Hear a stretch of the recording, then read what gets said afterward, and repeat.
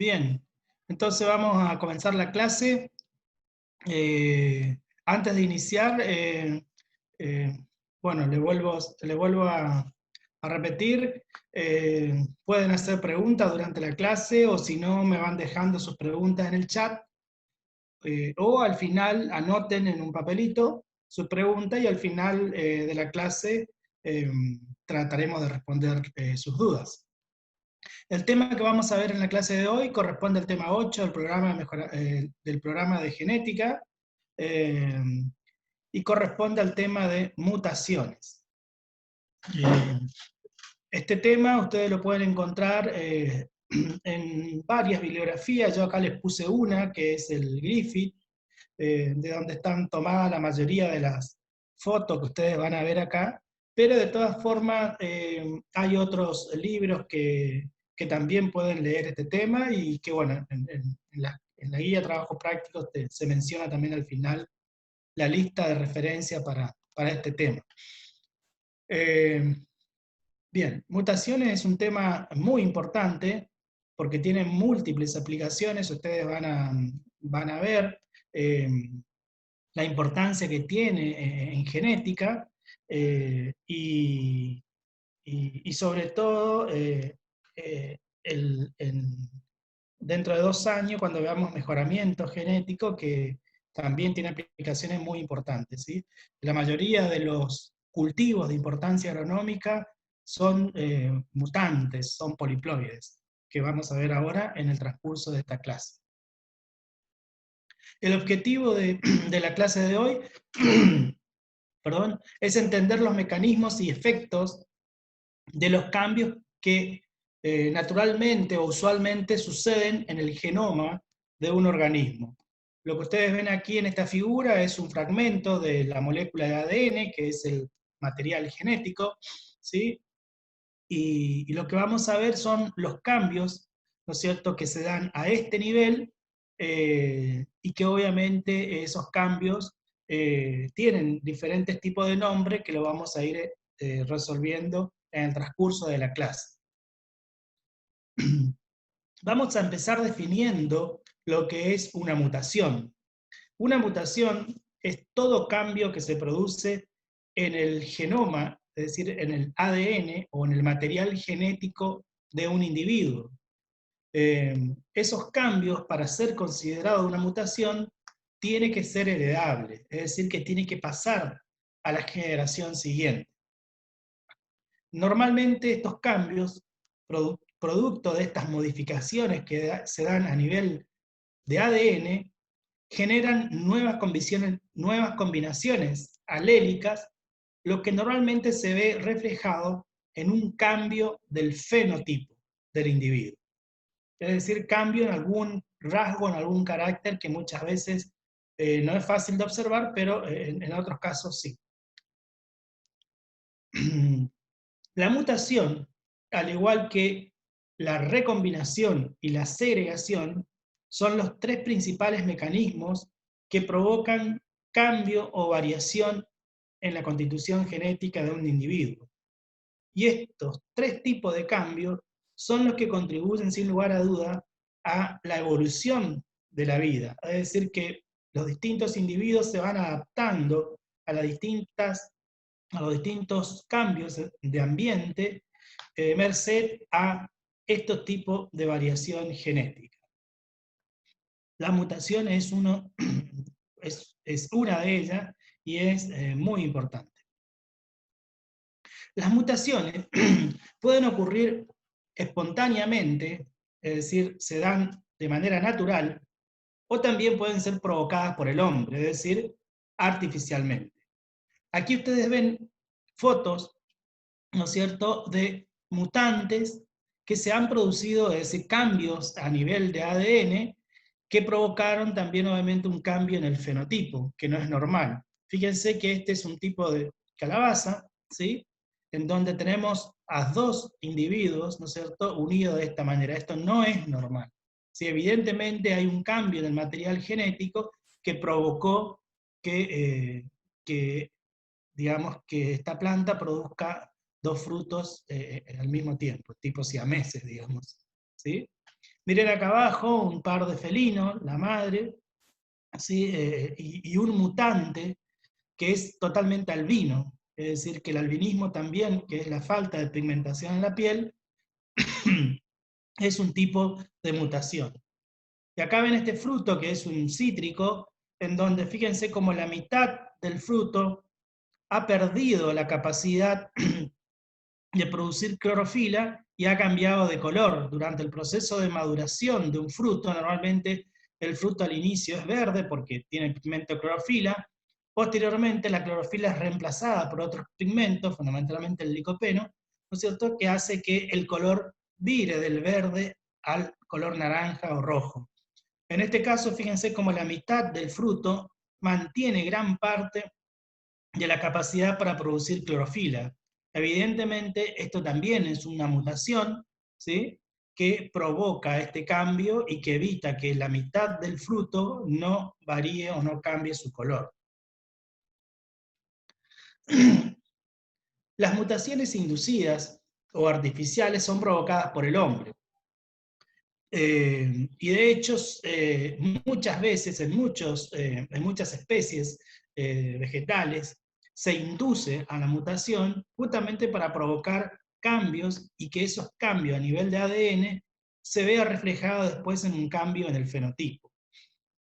Las mutaciones inducidas o artificiales pueden ser provocadas básicamente por distintos tipos de agentes, pero los químicos y los físicos son los principales agentes utilizados para inducir a mutaciones. Entre los agentes físicos están todos los tipos de radiaciones: la radiación ultravioleta, la radiación, los rayos X, los rayos gamma, etc. Estos rayos tienen digamos, lo que causan este tipo de radiación son modificaciones, ¿no es cierto?, a nivel de base nitrogenada del ADN, provocando obviamente una variante o un cambio en el genotipo. Entonces, es muy conocido por ustedes, ¿no es cierto?, el hecho de la luz ultravioleta, en verano, sobre todo cuando mucha gente toma sol en horas pico, digamos, el mediodía o primeras horas de la tarde. Eso es muy contraproducente porque los rayos X, ¿no es cierto?, de la luz provocan mutaciones a nivel de piel, produciendo obviamente distintos tipos de cáncer. Eh, los rayos X también, fíjense que normalmente una persona, una señora, una mamá que está embarazada tiene que protegerse, ¿no es cierto?, porque obviamente los rayos provocan también estas modificaciones a nivel de base genética, provocando mutaciones.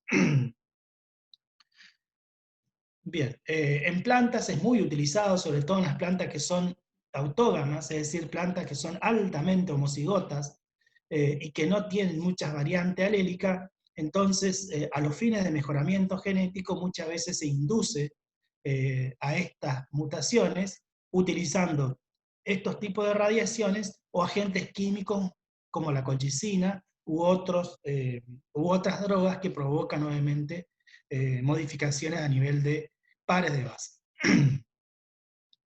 ¿Cuáles son las causas de las mutaciones espontáneas? La principal causa de una mutación, es decir, de un cambio en el ADN producida espontáneamente, son los errores durante la replicación del ADN. Ustedes ya han estudiado la replicación. La replicación no es más que la síntesis o la copia de una nueva cadena, ¿sí?, de una nueva hebra de ADN, una nueva cadena, para producir un cromosoma nuevo o una cromática.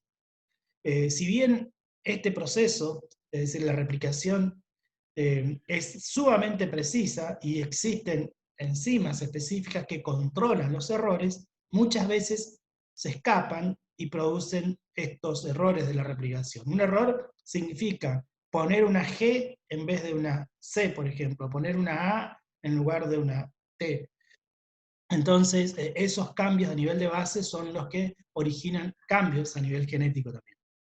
Otras de las causas son las lesiones o daños fortuitos en el ADN. Estos también se dan, como yo le dije, muchas veces de manera natural por efecto de distintos tipos de rayos. Los rayos ultravioleta, otros tipos de radiaciones, ¿no es cierto?, provocan básicamente modificaciones o pérdida de bases nitrogenadas, causando obviamente cambios a nivel del ADN. Y también el otro tipo de causa natural de mutaciones son los conocidos como transposones. Los transposones son fragmentos de ADN que van saltando de una parte del genoma a otro, es decir, saltan de un cromosoma, se mueven de un cromosoma a otro. Esto es muy común en varias especies, como por ejemplo el maíz. Al moverse pueden llevar algún fragmento, ¿no es cierto?, de ADN, produciendo o provocando, mejor dicho, la inutilización de algún gen en particular.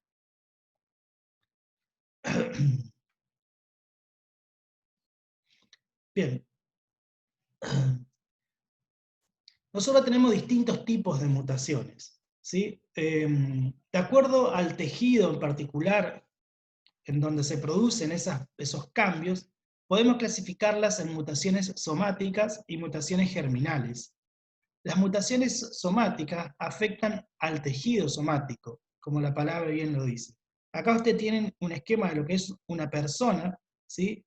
Y en cualquier célula del tejido somático que se produzca algún cambio, ¿sí?, eso va a producir una mutación, ¿sí?, y esa mutación va a ser somática. ¿Qué significa que va a ser somática? Que normalmente la mutación no se va a transmitir a la progenie. Un casos típicos de estos son los genes que producen los distintos tipos de cáncer, o los conocidos como oncogenes. Estos genes normalmente están, obviamente, en todas las células somáticas de un individuo, pero muchas veces en determinados órganos o tejidos se produce un cambio, una mutación.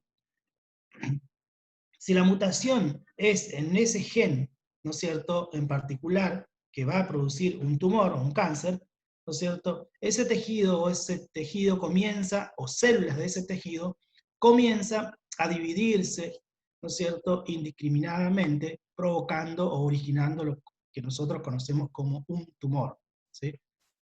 Bien, el otro tipo de mutaciones son las germinales, y las mutaciones germinales, ¿sí?, afectan a las células que producen gametos, es decir, que tienen que producirse necesariamente en las células responsables de producir los gametos.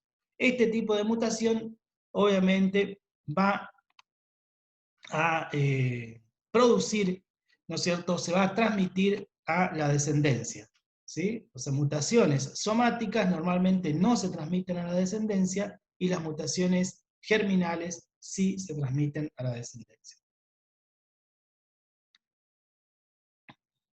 Otro tipo de clasificación o otra manera de clasificar las mutaciones es por la magnitud de la misma, ¿sí? Tenemos mutaciones que provocan cambios muy, pero muy pequeños, ¿sí?, conocidas como mutaciones génicas o puntuales. Normalmente estos cambios se dan a nivel de base. Y el otro tipo de mutación, que son cambios de otra magnitud, ya involucran a los cromosomas, es decir, a fragmentos de un cromosoma o a cromosomas completos, e inclusive a la serie completa de cromosomas, como vamos a ver ahora. Bien, las mutaciones génicas o puntuales, como les dije anteriormente, normalmente se dan por cambios en algunas bases del genoma. Aquí ustedes tienen en esta figura un fragmento de lo que sería una molécula de ARN mensajero, que se está traduciendo, que posteriormente se va a traducir a proteína. Fíjense, acá tenemos, ustedes saben bien que durante la traducción se da por tripletes, ¿sí? Cada 3 bases de un ARN mensajero sería un codón, y eso codifica para un aminoácido en particular. Aquí tenemos representado entonces una pequeña proteína con 4 aminoácidos. Este sería el tipo salvaje o silvestre, ¿no es cierto?, en donde sería el normal, que no tiene ningún tipo de modificación, o de mutación, o de cambio. Veamos ahora, acá está de vuelta, ¿no es cierto?, lo que acabamos de ver, un fragmento de ADN con sus 4 codones y sus 4 aminoácidos. ¿Qué pasa, por ejemplo, si se produce un cambio de una base en este codón, en el tercer codón? Fíjense en la tercera base de este tercer codón. Esta A cambia por una C.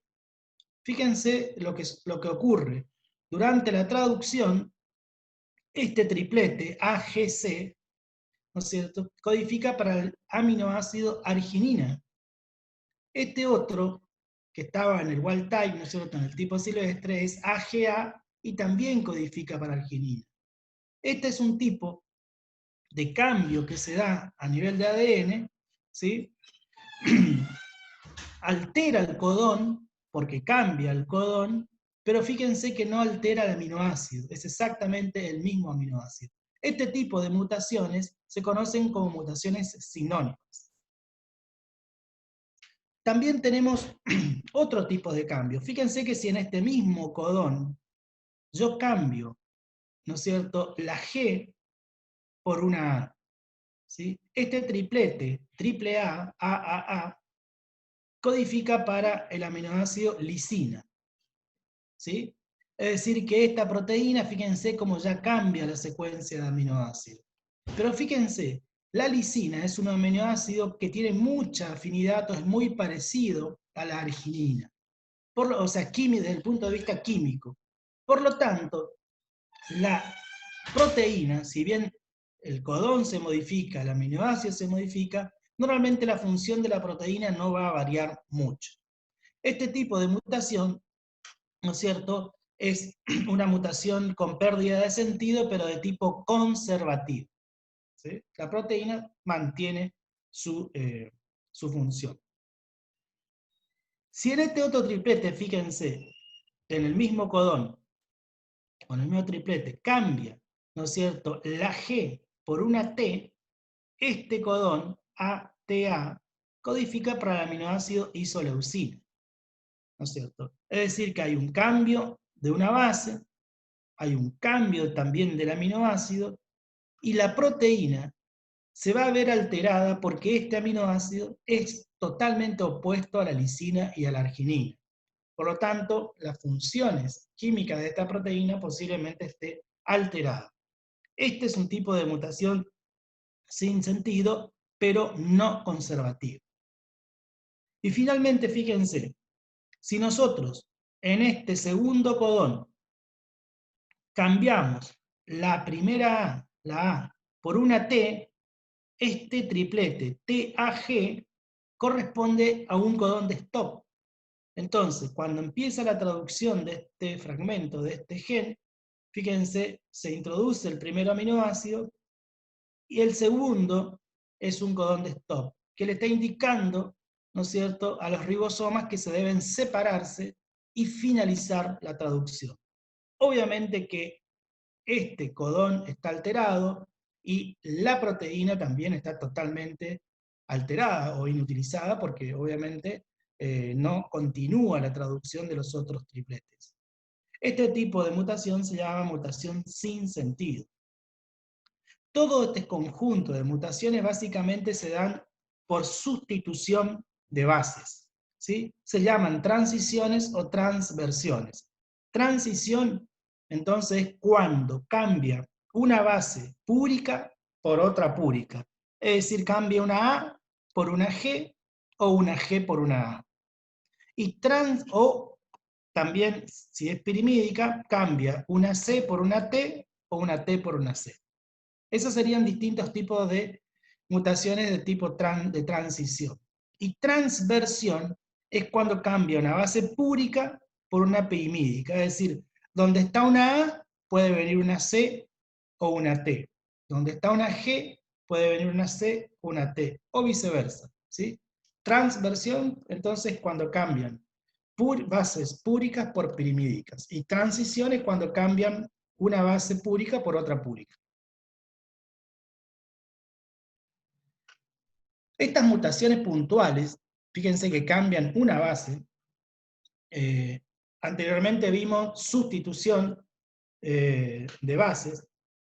Así como se dan sustituciones, es decir, reemplazo de una base por otra, también se pueden dar inserciones o deleciones. Inserciones significa que se pueden agregar una base. Y deleciones es cuando una base se pierde. Veamos acá, en este ejemplo, si seguimos con nuestro mismo ejemplo de 4 codones.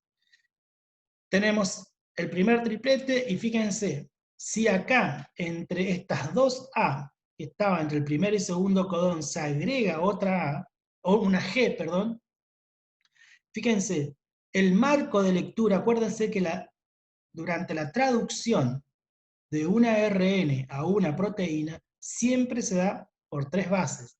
Las 3 primeras, después vienen las 3 segundas, y así sucesivamente. Si agregamos una, se va a correr el marco de lectura hacia la derecha. ¿Sí? Es decir, tenemos el primer codón, acá se agregó la base, y fíjense, anteriormente este era AAG, ahora va a ser GGA. La G pasa al tercer codón, y así sucesivamente. La consecuencia es que cambian todos los aminoácidos después de esta inserción. Así como se puede insertar una base, también se puede perder, ¿sí?, una base. Si se pierde, también se va a correr. Este corrimiento se llama marco de lectura, o sea, cuando nosotros hacemos la traducción de un fragmento de ARN para una proteína, yo les dije que siempre se daban por tripletes. Este triplete corresponde, en genética, ¿no es cierto?, sería el marco de lectura. Primer tripleto, primer codón, segundo codón. Cuando yo elimino una base, todo se me va a correr hacia la izquierda, o sea, el marco de lectura se corre en este sentido. Obviamente, al correrse, ¿no es cierto?, fíjense, acá tenemos el primer codón, al eliminarse esta A, va a pasar la A que estaba en el tercer codón, y así sucesivamente. La consecuencia la ven acá. Fíjense cómo cambian los aminoácidos, y al cambiar los aminoácidos, cambia la estructura de la proteína. Es decir, que nosotros vamos a tener como consecuencia de este tipo de cambios, de deleciones o de inserciones, pérdida completa en la estructura y en la función de una proteína.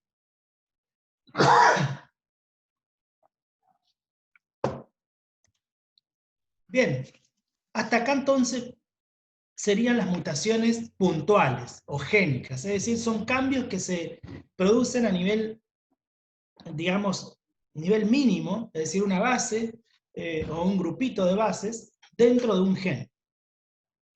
Las mutaciones cromosómicas ya son cambios mayores, afectan al cromosoma.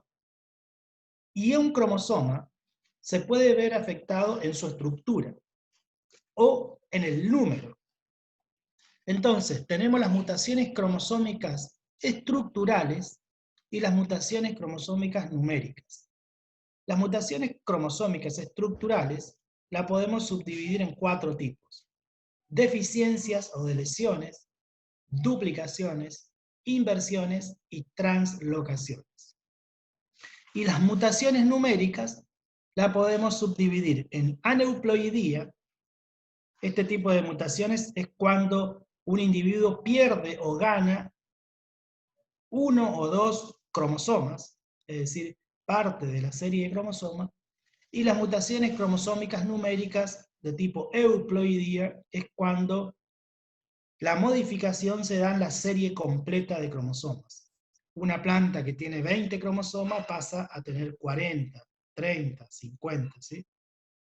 Vamos a ver ahora en detalle cada una de ellas.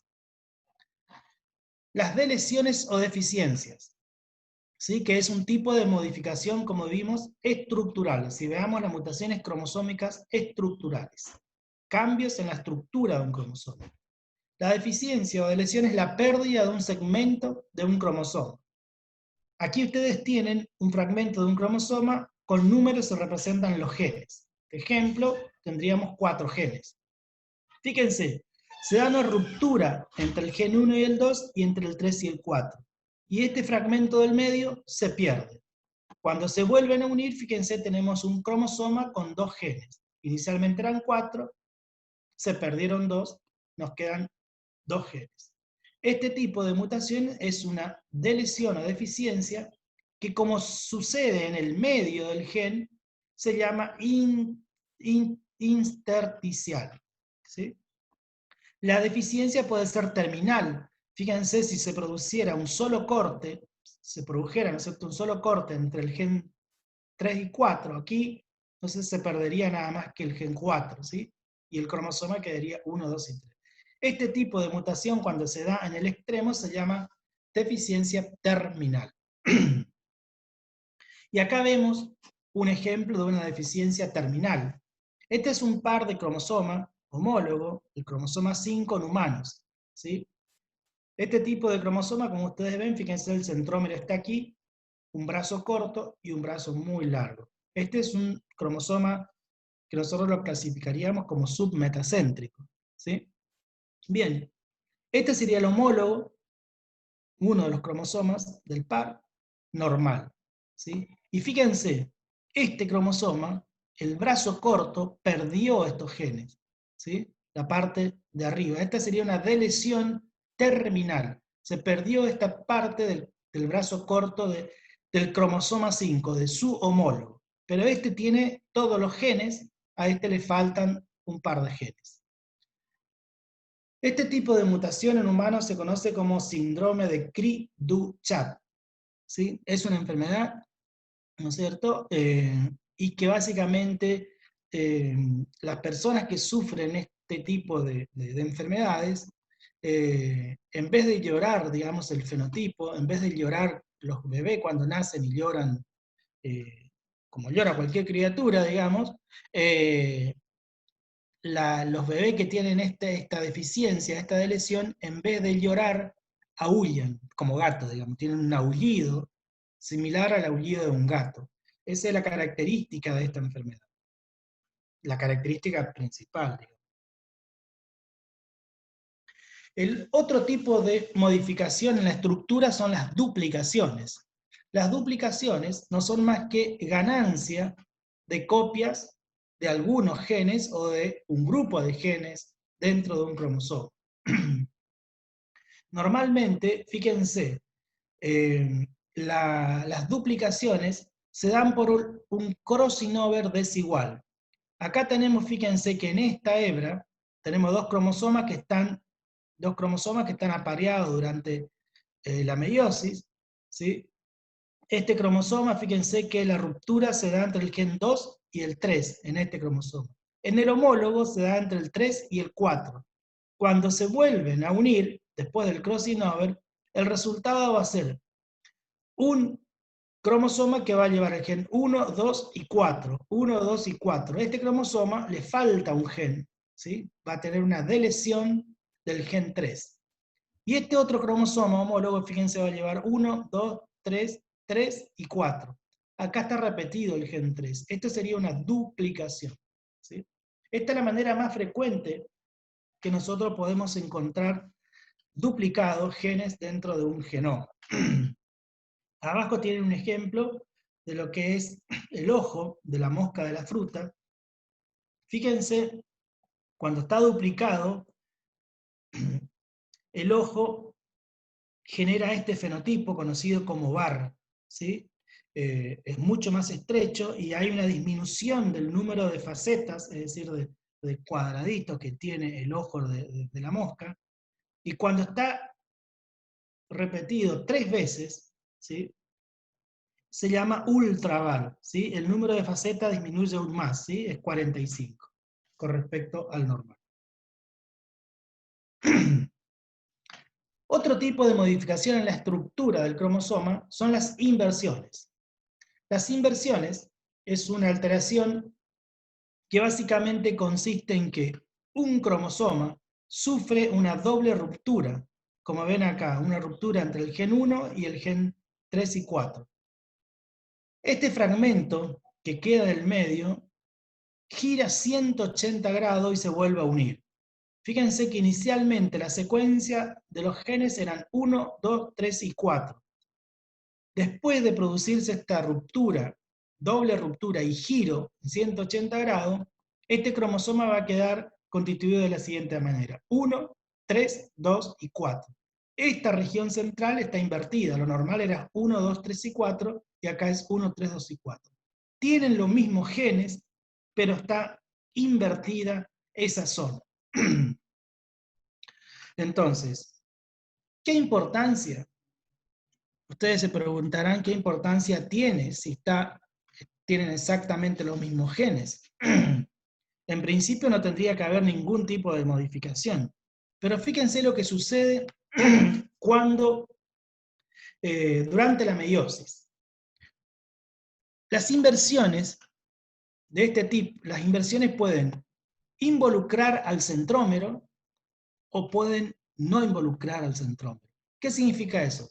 Si la parte que está invertida está incluido el centrómero, se llama pericéntrica. Aquí arriba ustedes tienen un cromosoma normal, A, B, C y D, con los 4 genes. Y abajo está el homólogo, pero con la inversión. Fíjense que tienen A, C, B, D. Esta sería la región invertida que incluyó al centrómero. Por eso se llama pericéntrica. Bien, cuando los cromosomas se tienen que aparear durante la meiosis, fíjense que esto no puede suceder porque el apareamiento durante la meiosis siempre es gen por gen, ¿sí? Homólogo con homólogo. Esta región no es homóloga a esta tampoco a esta. Entonces fíjense cómo el cromosoma tiene que hacer una especie de rulo, ¿sí? El cromosoma que tiene la inversión hace este rulo, y acá se acomoda el cromosoma normal. ¿Para qué hace esta especie de rulo o bucle? Para poder enfrentar las partes homólogas, A con A, B con B, C con C, D con D. Yo aquí no le voy a complicar mucho porque ustedes en los prácticos van a ver con más detalle, pero esta es la forma que tiene que adoptar el cromosoma para asociarse durante la meiosis. Obviamente una vez que se asocian, después puede o no haber intercambio, crossing over, ¿no es cierto?, entre cromátidas homólogas no hermanas, ¿sí? Se separan los cromosomas homólogos al final de la meiosis 1, y al final de la anafase 2 se van a separar la cromática. Y fíjense el resultado de esta meiosis de una inversión paracéntrica con un crossing over. Tenemos, por un lado, gametos que van a llevar el producto normal, ¿sí? A, B, C y D, ¿sí? Cromosoma normal. Vamos a tener gametos que van a llevar el cromosoma con los 4 genes, pero con la inversión, ¿sí? Fíjense que está A, C, B, D. Esta sería la región invertida. Y después vamos a tener gametos en donde vamos a tener, fíjense, gametos A, B, C, A. Este va a llevar una duplicación del gen A y va a tener una delesión del gen D. Es decir, tiene una duplicación y una delesión. Y este tipo de gameto también vamos a tener una duplicación del gen D y una delesión del gen A. La consecuencia, obviamente, de este tipo de inversión es que vamos a tener este tipo de mutaciones. Generan ese tipo de cambios en los gametos. La inversión puede no involucrar al centrómero, y ahí estaríamos hablando de inversión de tipo paracéntrica. Y acá tenemos un cromosoma con 5 genes, normal, A, B, C, D y E, y abajo está su homólogo con la inversión. Fíjense que acá debería ser A, B, C igual que arriba, y está invertida esta parte entre las dos flechas, ¿sí? Se cortó acá y giró 180 grados. No involucra al centrómero. El centrómero está acá. De toda manera, fíjense cómo este cromosoma también tiene que hacer o tomar este tipo de estructura o configuración para poder asociar todas sus partes homólogas, porque estos no son homólogos entre sí. Bien, cuando se van a separar los cromosomas, aquí se produce el apareamiento, se puede o no producir crossing over, en este caso hay un crossing over. Fíjense cuando se separan los cromosomas en la primera división, quedan enganchados por una cromátida a causa del entrecruzamiento. Esto se llama un puente dicéntrico. Los cromosomas se tienen que separar. Para separarse, esto se termina cortando en cualquier lugar. En este caso se corta aquí. Al cortarse acá, fíjense cómo tenemos la separación de los cromosomas homólogos y cómo queda la estructura. Por otra parte, también nos genera este tipo de mutación un fragmento de cromosoma que no tiene centrómero. Eso se llama acéntrico, que obviamente se pierde, porque al no tener centrómero no se puede ubicar después sobre el uso para poder migrar a los polos. Acá tenemos lo que acabamos de ver, y fíjense, esto sería el final de la primera división de la meiosis, y acá sería el final de la segunda división. Estos serían los 4 productos de la meiosis. Tenemos un producto que es normal, ¿sí? A, B, C, D y E, los 5 genes. Tenemos un cromosoma o un gameto que va a llevar el cromosoma con los 5 genes, pero con la inversión. Fíjense que tenemos un gameto que van a llevar cromosomas con un solo gen, o sea, a este le falta 4 genes, y vamos a decir que hay una delesión, y acá también fíjense que también hay una delesión porque también le falta un gen. Es decir que el 50% de los gametos aquí van a ser viables y el 50% van a ser inviables. Básicamente lo que originan entonces estos tipos de inversiones es o mutaciones o inviabilidad de gametos. Esto son distintas 3 fotos que están unidas acá, ¿no es cierto?, correspondiente a los bucles, ¿sí?, de los cromosomas que tienen inversiones, visto al microscopio óptico, ¿sí? Son cromosomas homólogos apareados durante la meiosis, en donde fíjense cómo tienen que adoptar esa estructura para poder intercambiar parte de su fragmento durante el crossing over. El cuarto tipo de modificación en la estructura son las translocaciones. Las translocaciones es el intercambio de fragmentos entre cromosomas no homólogos, ¿sí? Tenemos acá un cromosoma, fíjense, de color amarillo, con los genes 1, 2, 3 y 4, y abajo tenemos otro cromosoma diferente, con genes totalmente distintos, es decir, no son homólogos, ¿sí? Pero sin embargo, se produce, fíjense, una ruptura en ambos cromosomas, puede producirse en cualquier lugar, ¿sí? Y se vuelven a unir pero de manera cruzada.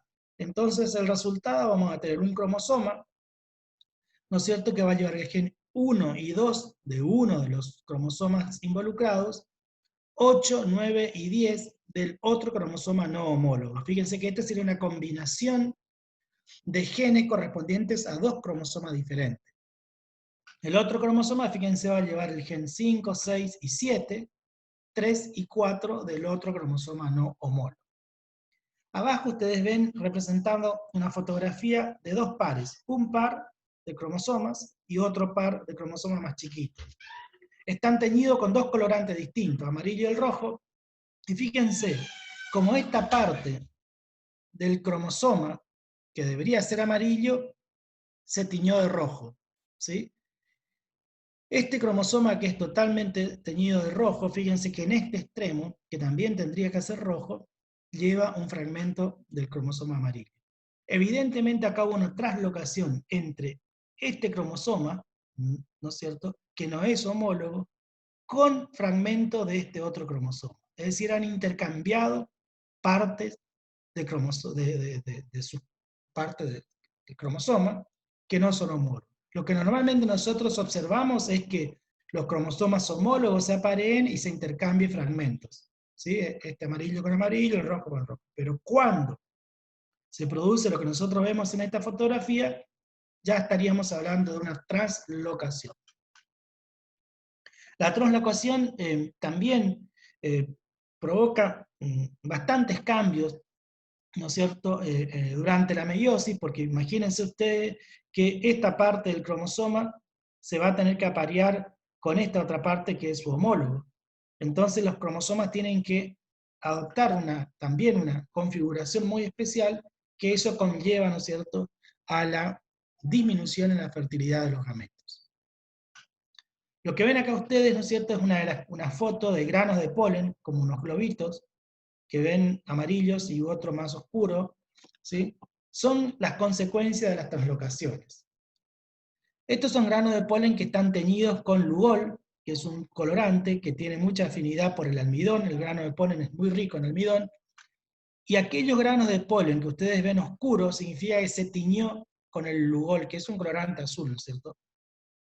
Significa que estos granos de polen están vivos, están viables. Sin embargo, los granos de polen que no toman la coloración son granos de polen no viables, ¿sí? O sea, granos de polen que se producen, pero que obviamente no, no van a poder fertilizar o fecundar porque no tienen nada.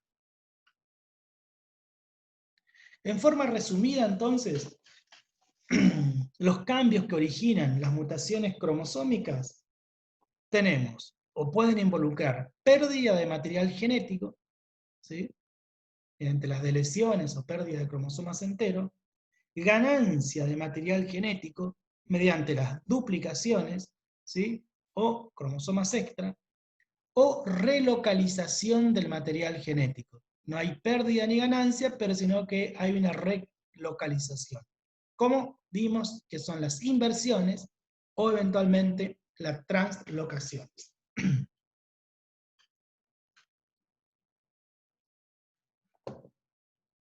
Bien, ahora vamos a entrar en lo más importante, digamos. También lo que vimos es importante, pero esto es lo que a ustedes más le va a gustar o le va a llamar la atención porque es lo que se ve. Lo que vimos anteriormente normalmente son cambios a nivel de cromosoma, que muchas veces no se ve muy reflejado en el fenotipo.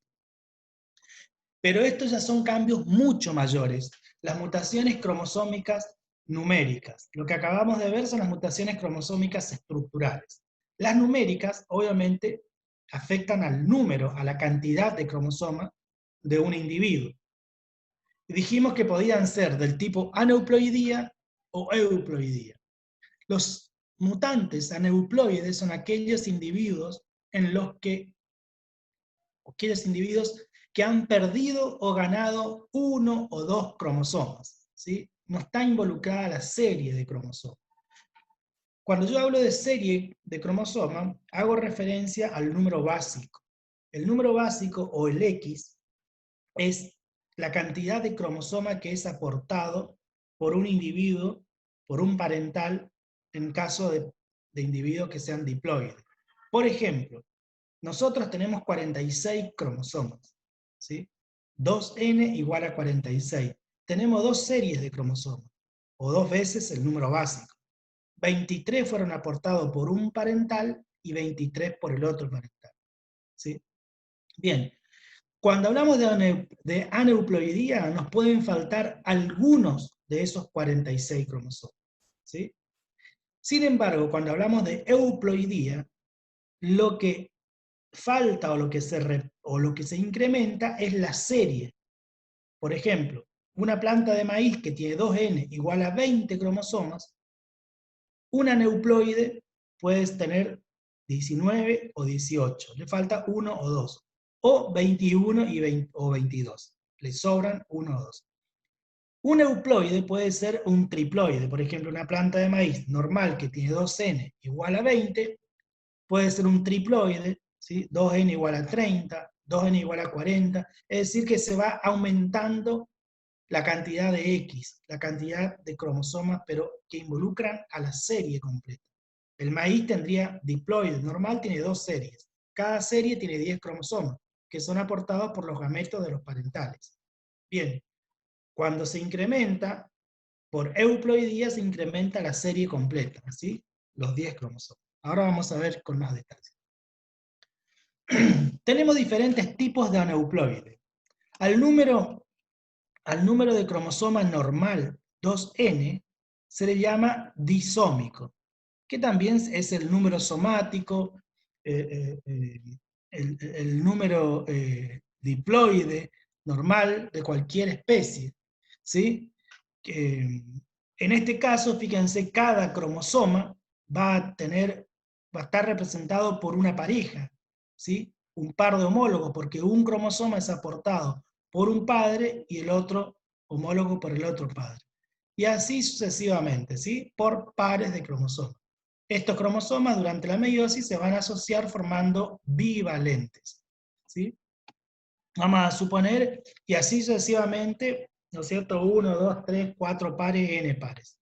Si consideramos 4, fíjense que este individuo tendría 2n igual a 8 cromosomas, el número normal. ¿Qué pasa si le falta un cromosoma? Estaríamos hablando de un aneuploide de tipo monosómico. Tendría 2n menos 1. Vamos a imaginar o a suponer que le falta el cromosoma 1, ¿sí? Es decir que este cromosoma, esta pareja, ya no va a ser más un par, sino va a quedar solamente este homólogo. No va a tener su pareja. En la meiosis este cromosoma va a estar solo y va a formar un univalente, ¿sí? En cambio los otros cromosomas tienen sus homólogos y se van a asociar durante la meiosis formando bivalentes. Este individuo, como le falta uno, tendría un 2n igual a 7 cromosomas.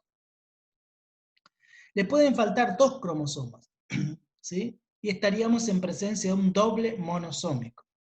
2n menos 1 menos 1. Fíjense que en este caso le falta un cromosoma del par 1 y un cromosoma del par 2. Tendría 2, 4, 2n igual a 6 cromosomas.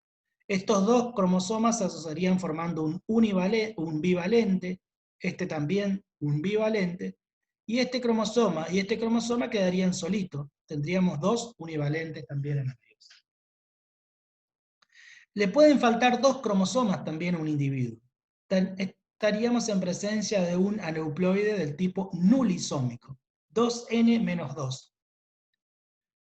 ¿Cuál es la diferencia entre el doble monosómico y el nulisómico? Fíjense que tienen 2n igual a 6. La diferencia está acá, que en el nulisómico le falta el par completo, ¿sí? El par de homólogos completo. La consecuencia genética que podría tener es la siguiente. Este individuo, como le faltan los genes completos de un cromosoma y de su homólogo, por supuesto, lo más probable es que, si es diploide, sea letal, ¿sí? Porque le faltan muchísimos genes. En cambio a este, el doble monosómico, al faltarle un cromosoma y otro, pero tiene los genes, seguramente tiene mucho más chance de sobrevivir porque tiene todos los genes, aunque le falta su homólogo. Bien, esto sería en cuanto a pérdida. Un aneuploide puede ganar un cromosoma y estaríamos en presencia, por ejemplo, un trisómico es cuando tiene un cromosoma extra, se representa 2n más 1. Un trisómico tendría 9 cromosomas, ¿sí? Fíjense que acá está repetido, el que le sobra es el cromosoma 1. En vez de 2, tiene 3, que son homólogos. Estos 3 cromosomas durante la meiosis se van a asociar formando posiblemente un trivalente, porque los 3 son homólogos. Después tenemos este par que va a formar un bivalente, este otro bivalente y este otro bivalente. 2n igual a 9. Puede ganar 2 cromosomas un individuo, es decir, de 8 pasar a 10. Un doble trisómico, 2n más 1 más 1. Fíjense que el cromosoma 1 ganó 1 y el cromosoma 2 ganó otro más. Es decir, que acá tenemos 3 cromosomas homólogos para el 2 y 3 cromosomas homólogos para el 1. En ambos casos, posiblemente los cromosomas acá formarían un trivalente y acá un trivalente, porque los 3 son homólogos, un bivalente y un bivalente. 10 cromosomas. También podemos tener un aneuploide con 10 cromosomas en el caso de un tetrasómico, ¿sí? Un aneuploide tetrasómico que es 2n más 2, ¿sí? Acá directamente el cromosoma 1 ganó 2 homólogos más, ¿sí? Está repetido el 1 4 veces, o 3 veces. Entonces, este cromosoma, como está repetido, estos cromosomas como son homólogos, estos 4 posiblemente se asocien formando un tetravalente, ¿sí? Esto sería un bivalente y un bivalente. Tendríamos 3 bivalentes y un tetravalente. 2n igual a 10. Estos serían entonces cuando individuos pueden ganar o perder alguno de los cromosomas, ¿sí? La serie completa sería esta serie, ¿sí? Fíjense que siempre en todos los casos están involucrados algunos cromosomas de la serie. ¿Cómo Profe, se produce? ¿Sí? en la filmina anterior, ¿cuáles serían las consecuencias de la ganancia de cromosomas? Perdón, ¿me podría repetir? ¿Sí? ¿Cuál sería la consecuencia de la ganancia de cromosomas? Ah, de la ganancia. Bueno, muchas veces no tienen muchas consecuencias las ganancias. En algunas cosas, consecuencias tipo letales, digamos, de provocar la muerte o grandes cambios. Muchas veces cuando los genes están duplicados, pueden mostrar cierta variación en el fenotipo. Y vamos a ver ahora más adelante que inclusive cuando están repetidos las series de cromosomas, muchas veces determinados órganos se ven incrementados. Hay un efecto de gigantismo, lo que se llama en genética, gigas efectos, que puede llegar a provocar. Pero mayormente no hay grandes cambios, digamos, relacionados con la letalidad. Sí que puede producir, por ejemplo, algún tipo de esterilidad, algún tipo de trastorno genético, pero nunca alcanza a involucrar la muerte del individuo. Ahora vamos a ver algunos ejemplos.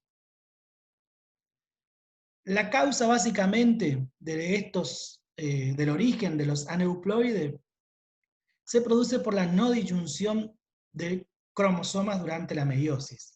¿Qué significa no disyunción? Significa que los cromosomas no se separan, van juntos. Y eso puede suceder en la primera división o en la segunda división. Veamos qué pasa considerando nada más que un par de cromosomas. Los dos cromosomas homólogos están apareados durante la profase de la meiosis, deberían separarse, pero sin embargo van juntos. Y esta célula no recibe ninguno de este cromosoma homólogo, debería ser uno y uno. En la segunda división se van a separar las cromátidas, ¿sí? El resultado va a ser la siguiente, fíjense, la mitad de los gametos van a ser N más 1, le va a sobrar un cromosoma. Y la otra mitad de los gametos va a ser N menos 1, le va a faltar un cromosoma.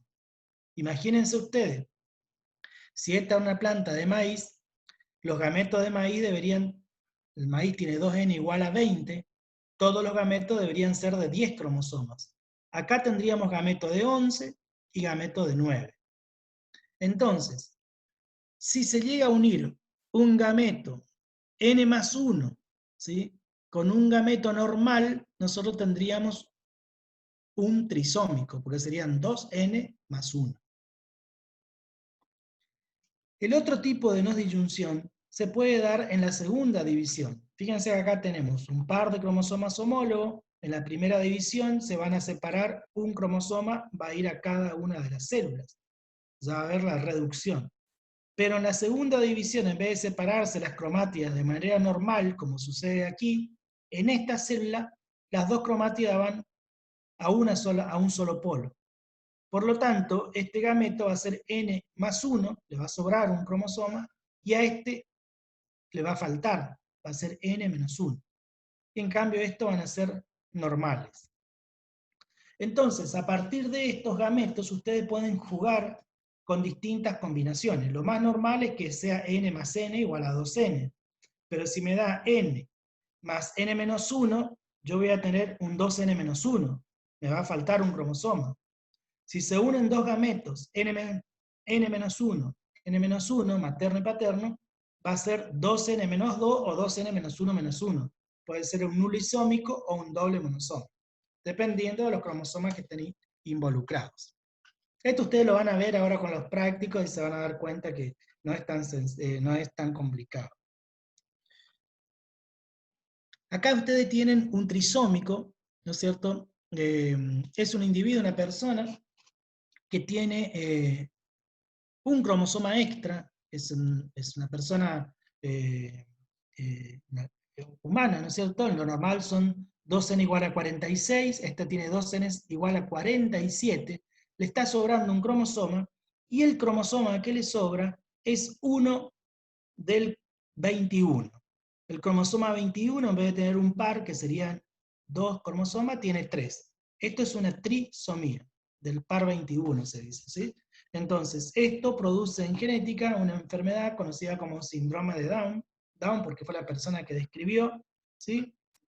Es una enfermedad muy frecuente que se dan entre las personas, se dan fundamentalmente estas personas son fértiles, tienen determinada una patología, pueden tener distintas patologías, ¿no es cierto? Pueden tener un retraso mental, pueden tener, ¿cómo es? Tienen un fenotipo diferente, porque normalmente los ojitos son medio achinados, son de labios gruesos, muchas veces pueden ser de escasa estatura, pero tienen una capacidad intelectual que muy importante que lo pueden desarrollar a través de la estimulación. Eh, eh, Ustedes lo van a ver, es muy frecuente. Esto se da con frecuencia en matrimonios muy jóvenes o en matrimonios adultos, es en mujeres adultas o mujeres jóvenes. ¿Por qué? Porque son los momentos en cuando comienza el proceso de maduración del sistema reproductivo.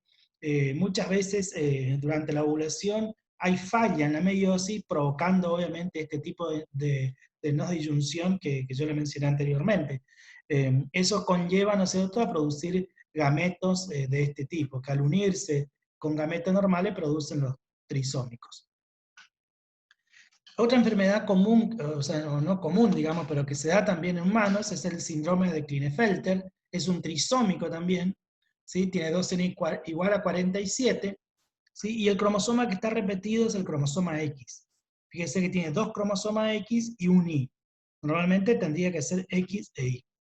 En este caso particular, ¿no es cierto?, el fenotipo es un varón, pero es estéril y tiene, digamos, alguna característica como por ejemplo escasez de vello, tiene un cambio hormonal, digamos, pero es estéril. Esa sería la modificación. De todas maneras, esta persona vive, digamos. Yo le estoy dando ejemplos de aneuploides que viven normalmente. Otro caso es el síndrome de Turner, ¿sí? A este individuo le falta un cromosoma, en vez de tener 2N igual a 46, tiene 2N igual a 45, le falta el cromosoma Y. Entonces, esta sería una mujer que también es estéril, digamos. Fenotípicamente es parecido es una mujer, digamos, pero no puede procrear, digamos. Esa sería la causa o el efecto que provoca este cambio en esta persona. Normalmente una mujer tiene que tener 2 cromosomas X. Bien, yo les mencioné estos ejemplos en humanos porque es lo que más se ve. Y hay una cantidad de otras mutaciones y cambios que se dan que muchos son letales, digamos. Es importante que por ahí, si ustedes tienen la posibilidad de ir a alguna biblioteca de medicina, vean en el área de mutaciones o de genética y van a ver las cosas que uno se puede llegar a encontrar. En plantas cambia un poco porque muchas veces no están muy estudiadas, sí en los poliploides, pero los efectos, digamos, como son plantas, medio que pasan más desapercibidos. Bien, ahora vamos a hablar un poquito, y con esto vamos a ir terminando, de este otro tipo de mutación cromosómica que se llama euploidía. La euploidía, a diferencia de la aneuploidía, acá, como yo les comenté anteriormente, involucra la serie completa de cromosomas. O sea, la modificación es en el número básico, en el conjunto de cromosomas o en la serie de cromosomas de un individuo. ¿Sí? Nosotros la podemos clasificar por la cantidad de juegos o de serie de cromosomas que tiene un individuo. Por ejemplo, podemos obtener un individuo monoploide, que tiene una solamente serie de cromosomas. Lo normal es encontrarnos con individuos diploides, que tienen 2 series o 2 juegos, ¿sí? Una proviene de la madre y otra del padre. Y después podemos tener individuos que tienen 3 juegos o series de cromosomas, estaríamos hablando de un triploide, 4 series de un tetraploide, 5 series de un pentaploide, y así seguir, ¿no es cierto?, teniendo series que en plantas pueden llegar hasta la planta que nosotros trabajamos, que es el género Paspalum, puede llegar hasta 15X. Es decir, en Paspalum el número básico, cada serie tiene 10 cromosomas, podemos tener algunas plantas que tienen 15, es decir, 150 cromosomas. A partir de 3 series de cromosomas, nosotros estamos en presencia de lo que se conoce en genética como poliploides. Monoploides, una serie; diploides, 2 series; y más de 2 series, es decir, 3 o más, poliploides. Esto es entonces una clasificación de acuerdo a la cantidad de juegos, ¿sí? O de serie que tiene un individuo. Ahora, esos juegos pueden ser de distintos orígenes, es decir, que lo podemos clasificar en autopoliploide cuando tiene el mismo origen genético. Por ejemplo, acá tenemos en presencia de un individuo que tiene 3 juegos. Cada juego se representa con una letra mayúscula, ¿sí? Eso sería lo que corresponde a lo que nosotros llamamos la fórmula genómica. Esta letra mayúscula puede involucrar a 10 cromosomas, ¿sí? Entonces acá tenemos 10, 10 y 10. Este sería un individuo triploide, ¿sí? Si tiene 10, 10 y 10 tendría 30 cromosomas, pero todos son del mismo origen, por eso representamos con la misma letra. Los 10 cromosomas de esta A son homólogos con los 10 de esta otra A y con los 10 de esta. De igual manera con un tetraploide, un pentaploide. Estos son autopoliploides, ¿sí? O autoploides. Ahora bien, pueden ser de distintos orígenes. Fíjense acá en este individuo que es triploide también, tenemos 2 A y una B. A y A son del mismo origen. Por ejemplo, si cada serie tiene 10 cromosomas, este individuo tendría 30, al igual que este otro. ¿Cuál sería la diferencia? Que 10 y 10, o sea, 20 cromosomas serían homólogos entre sí, y este otros 10 corresponde a otro genoma totalmente distinto. Es decir, tiene otro origen genético. Los autopoliploides normalmente se originan por la unión de gametos no reducidos, ¿sí? O por duplicación cromosómica. ¿Qué significa gametos no reducidos? Significa, por ejemplo, si yo tengo una planta de 10 cromosomas y otra planta, perdón, una planta de 20 y otra de 20, deberían producir gametos de 10 cada uno. Cuando se juntan tenemos el individuo de 10. Puede suceder que haya una no disyunción en todos los cromosomas de uno de los parentales. Es decir, que produzca gameto de 20 en vez de 10. Eso sería un gameto no reducido. 20 de un parental con 10 me forma un individuo con 30 cromosomas. Esa es la forma entonces de originarse, de producirse estos autoploides. Normalmente los cromosomas en la meiosis van a formar multivalente porque son homólogos, ¿sí? Entonces acá se van a formar trivalentes, acá tetravalentes. La fertilidad va a ser reducida casi siempre. ¿Por qué? Porque estos cromosomas cuando se juntan o cuando se aparean de más de 3 o 4, cuando en la anafase se separan, nunca, por ejemplo, en este caso, si hay 4 cromosomas homólogos apareados, forman un tetravalente, nunca van a ir 2 y 2, pueden ir 3 y 1, pueden ir 1 y 3, 4 y 0, 0 y 4, o eventualmente 2 y 2. Eso sin lugar a duda que el producto final van a ser gametos con un desbalance en el número cromosómico, produciendo obviamente una disminución en la fertilidad. Los halopoliploides, como yo les dije anteriormente, tienen genomas de distintos orígenes, se originan, normalmente por hibridación, ¿sí? Podemos tener una planta con el genoma A, otra planta con el genoma B, al cruzarse tenemos un híbrido que va a ser AB, ¿sí? Tiene 2 genomas distintos.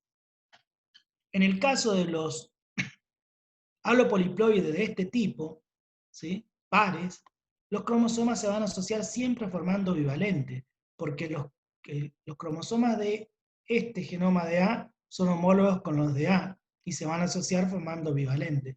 Los de B con los de B también van a formar bivalentes. Entonces la fertilidad va a ser prácticamente normal, como en los diploides, en los poliploides pares, en los tetraploides, hexaploides, etc.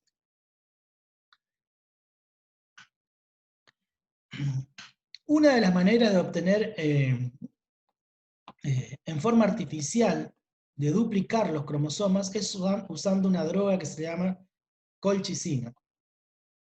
La colchicina actúa inhibiendo la formación del uso acromático durante la mitosis. Fíjense que acá nosotros tenemos 4 cromosomas, ¿sí? En la mitosis se van a separar las cromátidas y si es normal vamos a tener 2 células hijas con 4 cromosomas cada uno. Si yo en el momento de la división le suministro esta droga, ¿sí? No se forman las fibras del uso y por lo tanto, fíjense, al finalizar la meiosis, yo voy a tener una célula con 8 cromosomas en vez de 4. Si me disculpa un momentito, voy a enchufar. Ahí está. Me está saltando que tengo batería baja. ¿Sí? O sea, la colchicina inhibe la fibra del uso y es una forma de obtener poliploides, ¿sí? En forma artificial. Acá está en forma esquemática cómo se forman los individuos autopoliploides, ¿sí? Por gametos no reducidos. Acá tenemos el progenitor 1 que tiene 2X, el progenitor 2, 2X. Normalmente, si la meiosis es normal, nosotros tendríamos gametos con X. Pero en este caso hay como les comenté, una no disyunción, ¿sí? En este parental, y en vez de ser X es 2X. 2X por X me da un individuo que va a ser 2N igual a 3X. Este es un triploide.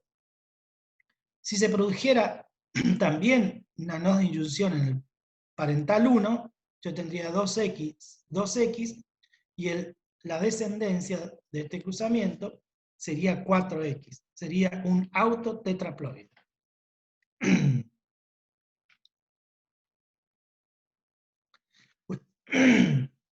Ahora le voy a mostrar algunos ejemplos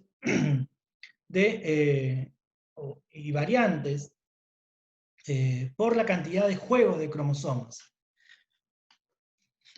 Hay individuos que tienen un solo juego de cromosomas, yo le dije una sola serie, y se llaman monoploides. Ejemplos son los que ustedes ya estudiaron, ¿no es cierto? Son los zánganos, las hormigas, las termitas, las avispas, ¿no es cierto? Los machos de esas especies se caracterizan por tener un solo juego de cromosomas, es decir, la mitad.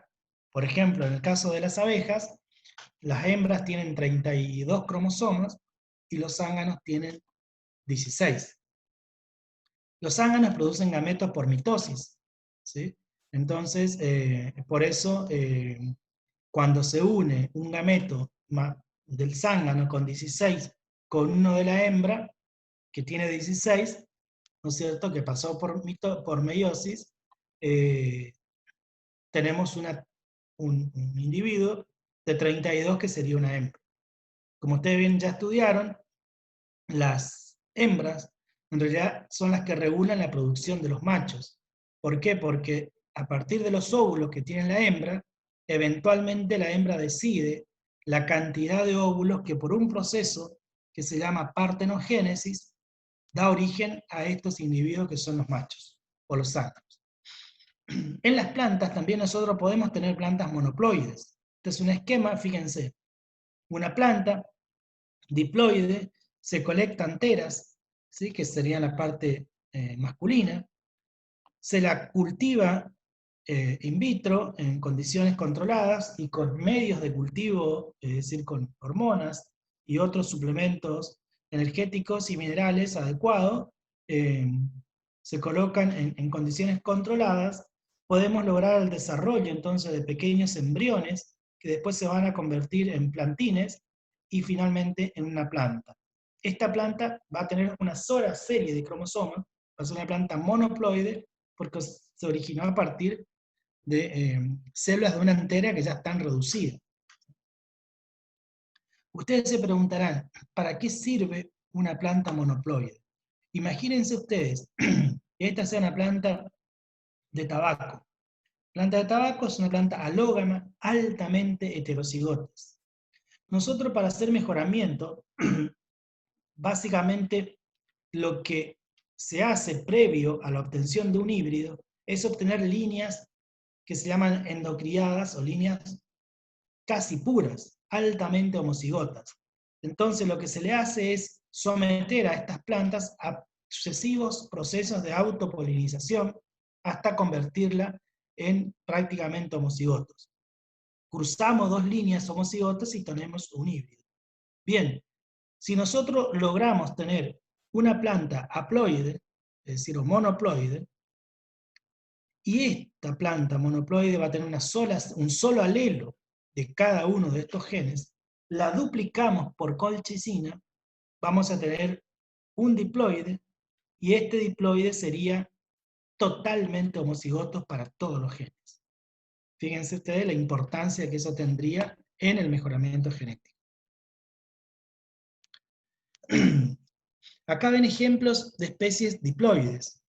¿Sí? El arroz, fíjense que tiene 2n igual a 2x igual a 24. Es un cultivo muy, digamos, muy producido acá en nuestra provincia, en Entre Ríos, algo en el Chaco y en Formosa. O sea, en la región, ¿no es cierto?, es la región productora de arroz. Es una planta diploide que tiene 24 cromosomas. La planta de maíz, ¿no es cierto?, acá en la espiga, es una planta también diploide que tiene 2n igual a 2x, es decir, 2 series, igual a 20 cromosomas. La planta de soja, ¿sí? También que ustedes conocen, o van a conocer más adelante, o sea, estos tres son cultivos muy importantes en nuestro país, ¿sí? Sobre todo la soja, tiene 2n igual a 2x igual a 40, ¿sí? La soja es una leguminosa, es una planta que se autopoliniza, igual que la arveja de Mendel. El maíz es una planta alógama, es decir, necesita polinizarse en forma cruzada. Seguimos viendo ejemplos por la cantidad de juegos. Vimos un juego, el zángano, 2 juegos, el maíz, ¿no es cierto?, el arroz y la soja. Fíjense, con 3 juegos sería un triploide. A partir de acá entramos en los poliploides. Los 3 juegos. El cultivo de banana. La banana que nosotros consumimos es triploide, ¿sí? En cambio, hay también en la naturaleza bananas que son diploides. Las bananas diploides, fíjense que, o tetraploide, producen semillas. En cambio, la triploide no produce semilla porque es estéril, digamos.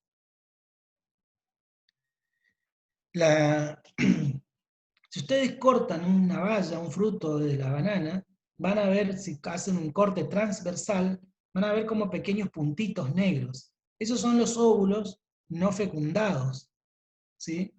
¿Por qué no se fecundan los óvulos? Porque la planta de banana tiene 2n igual a 3x igual a 33 cromosomas. ¿Sí? Tiene 3 series de 11 cromosomas. Si tiene 33 cromosomas, se tendrían que separar en la meiosis. Si ustedes dividan 33 dividido 2, ¿sí?, le va a dar 16,5. Los cromosomas no pueden separarse 16,5 y 16,5, sino que se separan de manera completamente aleatoria y produce gametos, ¿no es cierto?, que van desde 11, 12, 13, 14, con una variación enorme en el número de cromosomas. Eso provoca que los gametos no sean viables y obviamente estos frutos se forman por otro proceso. La sandía. La sandía que nosotros consumimos naturalmente,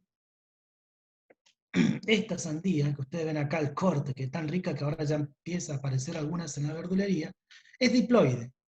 Tiene 2n igual a 2x igual a 22 cromosomas. Acá está el genoma, es un A grande a grande.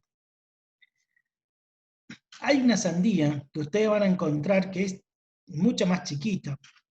Fíjense, la sandía tiene semillas, naturalmente.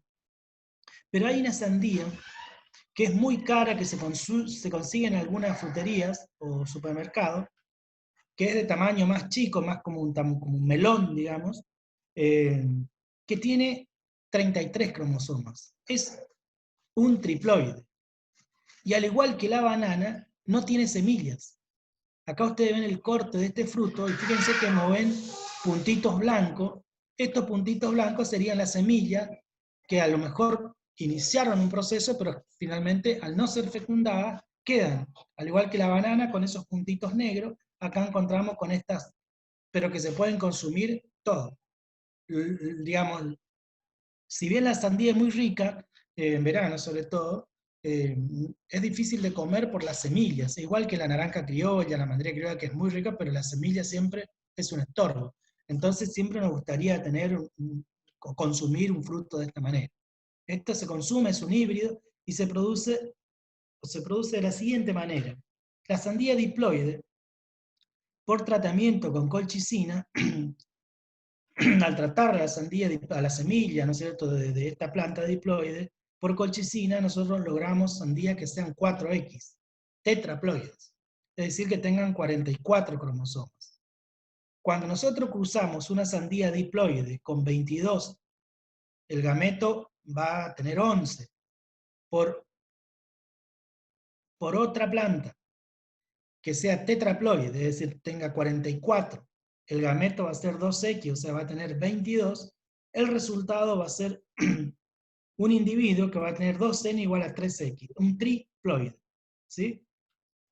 Entonces, este es un híbrido, ¿no es cierto?, que va a dar frutos, como ustedes ven acá. Como todo híbrido, esto tiene un costo muy elevado para producir las semillas. ¿Por qué? Porque ustedes primero tienen que tener esta línea, que no es fácil, y después tienen que, igual que en maíz, en girasol, en cualquier otro híbrido, todos los años hacer este cruzamiento para poder obtener el triploide. ¿Por qué? Porque ustedes de esta planta, ustedes pueden juntar las semillas, sembrar y el año siguiente tienen nuevas sandías. De esta no pueden hacer porque no tiene semillas. Entonces tienen que volver a comprar al semillerista la semilla híbrida. Por eso es muy cara la semilla. Bien. Acá tenemos un tetraploide y un diploide. Bueno, ustedes conocen el fruto de uva. Fíjense el diploide, el tamaño, como yo le había dicho, que muchas veces cuando se incrementa el nivel de ploidía, hay un incremento muchas veces en el tamaño también de algunos órganos. En este caso, el fruto. Fíjense cómo prácticamente es casi, digamos, 1,5 veces más grande, es así, hay un incremento notable de tamaño en el fruto de estos tetraploides con respecto a los diploides. Inclusive nosotros podemos ver, en un estudio que se hizo en vid, el tamaño de los estomas. Fíjense, el diploide, los estomas son estos, digamos, se encuentran en el mesófilo, en las hojas, y sirven para intercambio gaseoso de las plantas. Fíjense el diploide, el tamaño que tienen los estomas. El tetraploide, fíjense como casi es 1,5 veces el tamaño. Y el octoploide, el que tiene 8X, miren el tamaño que tiene.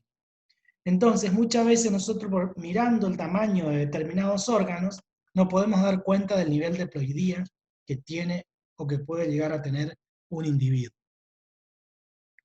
Esta es una planta de una de las plantas que nosotros trabajamos en la cátedra, es un Paspalum plicatum. Esta es una planta diploide, 2X igual a 20 cromosomas, y esta es la planta duplicada con colchicina, que tiene 40 cromosomas. Si nosotros vemos, no hay diferencia, no hay diferencia más que a nivel cromosómico en este nivel, ¿no es cierto?, en este estadio de planta, entre ambas, entre diploide y tetraploide. Pero cuando florecen, fíjense acá ustedes tienen un racimo de la planta diploide y un racimo de la planta tetraploide. Acá está con más detalle el tamaño de la espiguilla, que sería la unidad floral de esta planta. Acá están los dos estigmas y las tres anteras. La que es diploide y la que es tetraploide. Esto a simple vista se nota, ¿no es cierto? A simple vista, porque esto mide más o menos 6 milímetros, y esto va a medir 4 milímetros, o sea, a ojo, se puede observar. Es como yo le dije, que muchas veces hay característicos, rasgos morfológicos, como el tamaño del fruto, el tamaño de la espiguilla, que ya nos permiten inferir a nosotros que estamos en presencia de un poliploide. Otros tetraploides, fíjense, la papa, tiene 2n igual a 4x, es un tetraploide, 4 veces está repetido, igual a 48 cromosomas. Cada X o cada serie tiene 12 cromosomas. Y en este caso, fíjense, es un autopoliploide. Los 4 genomas son iguales, A y A. ¿Sí? Es del mismo origen. Otro tetraploide que también es pariente, ¿no es cierto?, es el tabaco, que también tiene 48 cromosomas. El número básico es igual a 12. ¿Sí? Pero fíjense, es un halotetraploide.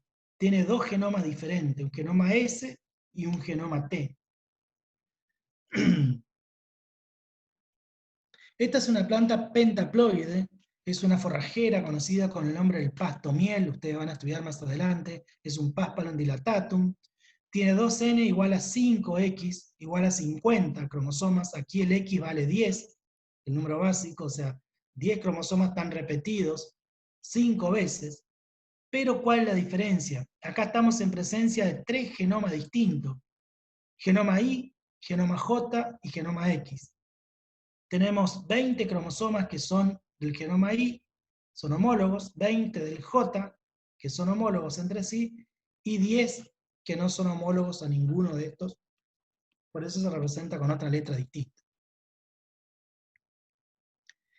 Bueno, acá tenemos hexaploide, ¿sí? Son plantas, le estoy mostrando todo cultivo, ¿no es cierto? Plantas cultivadas, correspondiente al trigo, Triticum aestivum, es un hexaploide, tiene 6 veces repetido, en este caso es el trigo pan, 2n igual a 6x igual a 42 cromosomas, ¿sí? El X vale 7, o sea, esos 7 cromosomas estarían repetidos 6 veces, 6 por 7, 42. Entonces, esos 6 juegos o series de cromosomas corresponden a 3 genomas distintos. Genoma A, genoma B y genoma D. ¿Sí? 3 orígenes distintos, igual que el Paspalum dilatatum que vimos anteriormente. El otro trigo, que es un trigo que se usa mucho para hacer pastas, es un trigo que tiene 28 cromosomas, perdón. Es un tetraploide. ¿Sí? 2n igual a 4x igual a 28 cromosomas. Tiene 2 genomas nada más, el A y el B. Es un halopoliploide. Esto es un halopoliploide. Con 3 genomas distintos, con 2 genomas diferentes. Bueno, ya algo les comenté, pero eso sería por la cantidad de juego, lo que vimos anteriormente. Por el origen, es decir, si son del mismo origen o de diferentes orígenes, dijimos que podíamos clasificar en autopoliploides o halopoliploides. Ejemplos de autopoliploide, la sandía. ¿Sí? ¿Qué significa? La sandía triploide tiene 3 juegos de cromosomas, o 3 series. Los 3 son homólogos entre sí, son del mismo origen. ¿Sí? Por eso representamos con la misma letra. La papa, ¿sí?, es un tetraploide, sería un autotetraploide. Tiene 4 juegos o 4 series, las 4 las representamos con la misma letra, porque es autotetraploide, es del mismo origen, o sea que los 10 cromosomas de esta letra A son homólogos con estos 10, con estos otros 10 y con estos otros 10. Todos son homólogos. Halopoliploide, o haloploide también conocido, es cuando los poliploides, acuérdense que los poliploides son aquellos individuos que tienen más de 3 series o juegos de cromosomas. Por eso acá hay 3, 4. Son de diferentes orígenes. Por ejemplo, en este caso es un halotriploide, AABB, Este sería un halotetraploide, que sería el caso del trigo fideo, digamos, el trigo que se utiliza para hacer pasta, dos juegos diferentes, ¿sí? Y acá tenemos un halohexaploide con tres juegos diferentes, que sería el trigo pan. Creo, bueno, con esto ya termino, ¿no es cierto? Es el origen genético del trigo pan. El trigo pan, como yo le dije, corresponde a Triticum aestivum, es un hexaploide, ¿sí? Hace muchísimos años que ya se le ha domesticado, es originario de Asia, eso vamos a ver bien después en mejoramiento genético. El origen se ha podido reconstruir no hace mucho tiempo, yendo al lugar de origen, y se han rescatado todos los diploides. Fíjense, el origen, este hexaploide, deriva filogenéticamente de distintos diploides. Se ha podido reconstruir este hexaploide cruzando diferentes parientes silvestres, ¿sí? Fíjense, hay una especie que se llama Triticum monococcus, que tiene el genoma A, ¿sí? Y hay otro pariente del trigo que no es Triticum, sino es Aegilum, puede ser Bicornis, Cercis o Speltoide, que tiene el genoma B. Al cruzarse esta especie de diploide con este otro diploide, fíjense, tenemos un híbrido, AB. Va a tener 2N igual a 14, ¿sí? Pero este individuo va a ser estéril, porque 10 cromosomas de A y 10 de B no se pueden asociar en la meiosis, por lo tanto, no va a producir gametos.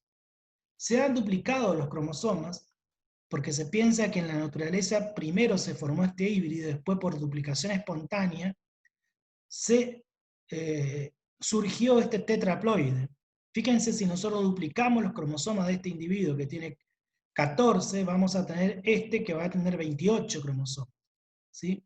Y es un Triticum turgidum, que es el trigo para hacer pastas. Fíjense que acá teníamos A y B, al duplicarse acá vamos a tener 2A y 2B. A, B. Esta es una especie totalmente fértil. Se cree que este tetraploide en la naturaleza se ha cruzado con otro diploide, con una especie que tiene el genoma D, ¿sí?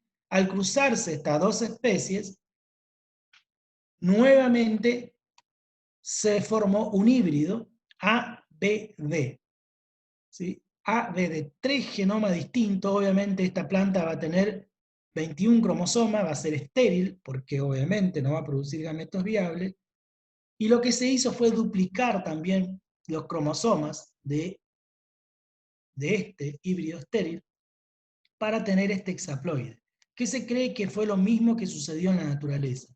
El resultado fue una planta correspondiente a Triticum, al conocido como hoy Triticum aestivum, que es el trigo común, ¿no es cierto?, el trigo pan. Y fíjense, tenemos 2 genomas de A, 2 de B y 2 de D, es decir, duplicación cromosómica, 21 a 42 cromosomas. Esta es una planta halopoliploide totalmente fértil. O sea, el origen de los halopoliploides, de todos los halopoliploides que conocemos, surge por este mecanismo, por hibridación y duplicación cromosómica. Bien, hay una planta que se conoce como triticale, que ahora ya no está muy difundido, es el producto de un cruzamiento entre el trigo y el centeno, que son parientes, ¿sí? Pero anteriormente, cuando no existían, este es el triticale, cuando no existían variedades de trigo adaptadas a zonas más cálidas, ¿no es cierto? Ustedes saben que el trigo se cultiva hasta en Brasil, ¿no es cierto? Ahora, hoy en la actualidad, antes, para poder extender el área cultivada del trigo, se produjo este híbrido triticale, en donde el centeno le daba toda la rusticidad, ¿no es cierto?, para crecer más en zonas más cálidas, y el trigo, obviamente, la capacidad para producir harina. Eso permitió empezar a cultivar triticale, o sea, trigo, un poco más al norte de lo que es la región pampeana. Hoy hay variedades de trigo adaptadas a todas las temperaturas, o sea que ya no es más importante contar con este triticale. Bien, y con eso creo que terminamos el tema.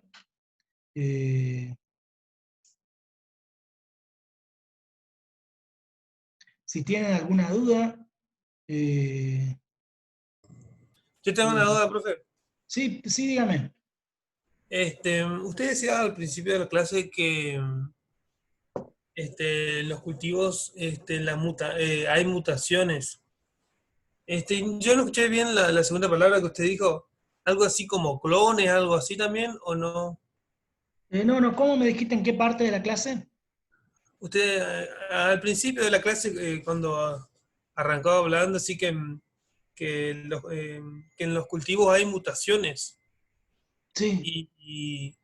O dijo mutaciones o clones, o no sé si capaz escuché mal, o dijo otra palabra. Por No, eso. lo que dije al principio fue que la mayoría de las especies cultivadas son poliploides, o sea, son mutantes, como vimos, el trigo, la papa, bueno, todo lo que acabamos de ver eh, recién, el tabaco, son especies cultivadas que son poliploides. ¿Qué significa son poliploides? Significa que son individuos que tienen más de 2 series de cromosomas, como acabamos de ver, 3 series, 4 series, o sea, pueden ser triploides, tetraploides, hexaploides, etc. Y obviamente esos poliploides pueden ser autopoliploides o alopoliploides. Ah, bien, bien, gracias, profe, ya. Me buscó ¿No? mi duda. ¿Alguna otra preguntita?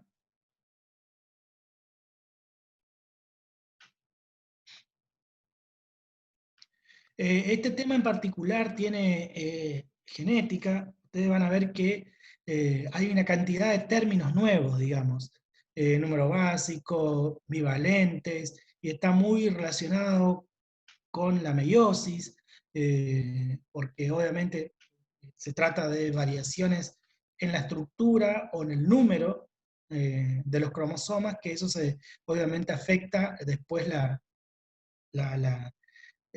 profase y la posterior anafase eventualmente en la meiosis, repercutiendo obviamente en el número de cromosomas o la estructura de los cromosomas en los gametos. Eso es lo que también por ahí provoca disminución en la fertilidad en algunos casos. Después hay términos nuevos, ¿no es cierto? Sobre todo en la parte de aneuploide, pero que, bueno, en la guía está muy bien especificado y ustedes van a poder hacer ejercicios durante los trabajos prácticos.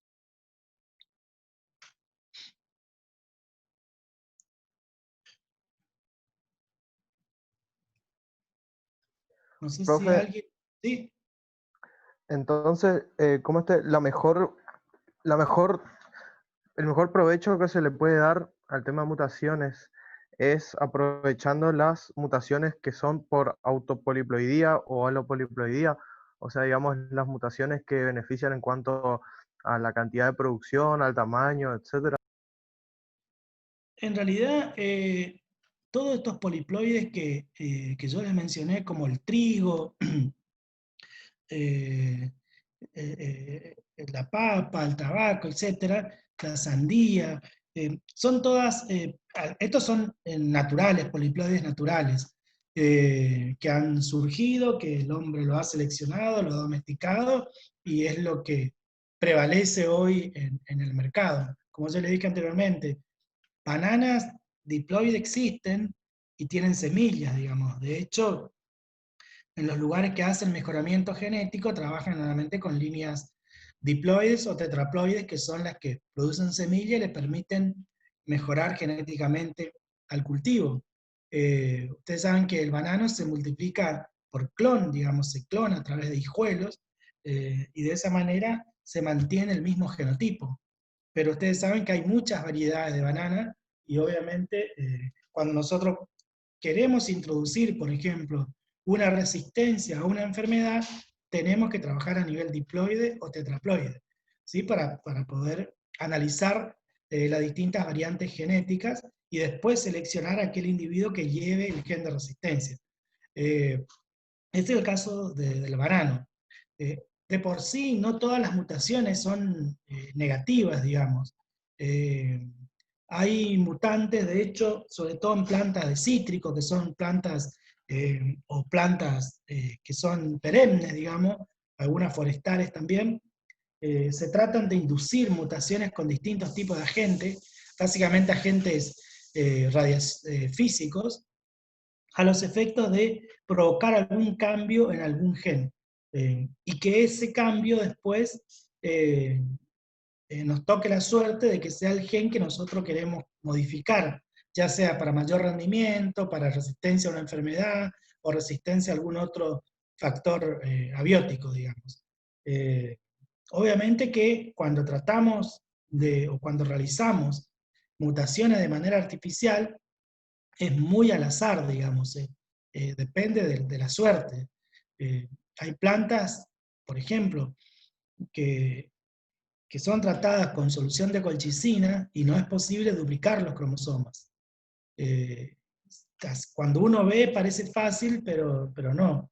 Por ejemplo, obtener plantas haploides a partir del cultivo de antera en arroz y tabaco es como sembrar lechuga, digamos, por mencionar. O sea, es relativamente sencillo, muy sencillo. En cambio, en otras especies es imposible. O sea, por eso nos encontramos en biología, lamentablemente, con distintas trabas. Para redondear, lo que te quería decir es que las mutaciones que producen cambios de distintos tipos, en algunos casos son benéficas y en otros no son tan benéficas. Por ejemplo, como yo le mencioné, en humanos y en plantas también. Lo que pasa es que en plantas muchas veces o en animales no se le presta la debida atención, pero pueden causar cambios muy, muy, muy importantes. En humanos, por ejemplo, hay muchas mutaciones que provocan eh, eh, pérdida de embarazo, abortos, en distintas instancias, y son justamente debido a mutaciones, digamos, que lamentablemente por muchos casos no se conocen. Pero sí, las mutaciones pueden provocar cambios que son benéficos y cambios que no son tan benéficos. Acuérdense que cualquier cambio, las mutaciones son cambios que se dan a nivel de ADN. Estos cambios se pueden producir a nivel muy, muy puntual, digamos, muy específico, como es la modificación de una base por otra, o cambios a nivel genómico que involucre ya la serie completa de cromosomas, que sería el otro extremo. Profe, entonces nosotros acá estamos librados prácticamente al azar, es una cuestión de prueba y error, porque no tenemos modelos lo suficientemente precisos para poder prever diferentes cosas. ¿Usted cree que se puede llegar en algún momento a tener modelos más precisos y que se pueda llegar a descartar determinadas cosas y ir más por el lugar que corresponde? Ahora hay técnicas muy modernas que han surgido hace apenas 3 o 4 años y que ahora se están utilizando, que se han descubierto y que se están utilizando, empezando a utilizar ahora en mejoramiento genético, que son técnicas que se llaman edición génica. ¿Eso qué significa? Se han descubierto que hay determinadas enzimas que nos permiten modificar bases o un conjunto de bases muy específicas. Es decir, una vez que yo identifique un gen, yo puedo mandar esa enzima que me modifique algunas bases de ese gen y que me origine obviamente una mutación y que ese gen quede inutilizado o que cumpla otra función. Entonces, lo que nosotros hacíamos hasta ahora, todavía sigue haciendo, introducir genes o variantes genéticas mediante transformación genética. La transformación genética es cuando nosotros introducimos un genoma, o un conjunto de genes, dentro de un individuo, pero que no corresponden a su genoma propiamente dicho. Por ejemplo, para que ustedes tengan una idea, los materiales híbridos que son transgénicos y que le dan cierta resistencia a insectos, eso se da porque esas plantas han sido modificadas genéticamente, por el hombre obviamente, y han introducido un transgen, un gen de otra especie. En este caso particular es un gen de una bacteria que obviamente le da esta capacidad a esta planta transgénica a resistir el ataque de determinados insectos. Bueno, hoy hay tecnología mucho más moderna, como yo le dije, esta de la edición génica, y que causan mutaciones prácticamente donde nosotros le ordenamos a que vaya a causar, digamos. Profe, Es ¿esas algo son que... las enzimas de restricción? No, no, no, no. Las enzimas de restricción son otra cosa. Estas son, sí, similares, pero no se llaman así, digamos. Son enzimas muy específicas que dirigen y que modifican una base, eliminan una base. Las enzimas de restricción cortan el ADN directamente. Esta tiene una función muy específica y conocida. Es una técnica muy compleja, ya te digo, surgió en el año 2015, y a partir de ahora están surgiendo trabajos ya con aplicación más específica, digamos. Pero la idea es esa, es tratar de modificar lo menos posible, o sea, alterar lo menos posible el genoma de un individuo. Si nosotros tratamos al azar, estamos modificando cualquier gen, entonces podemos obtener mutantes de cualquier tipo. Eh, si por ahí tenemos la suerte que le acertamos al gen que nosotros estamos queriendo modificarlo, bueno, bienvenido sea, pero por los métodos tradicionales es muy al azar, digamos.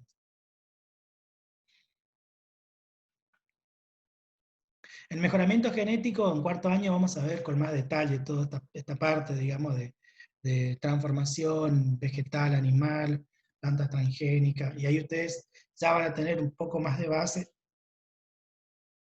y van a poder entender un poco mejor. Por ahora, lo que tienen que saber es que, bueno, estas mutaciones provocan cambios en el genoma que son heredables y que, bueno, hay distintos tipos de cambios que se pueden producir.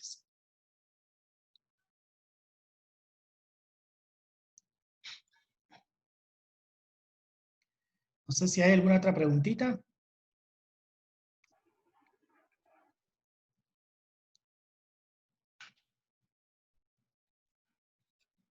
Parece que...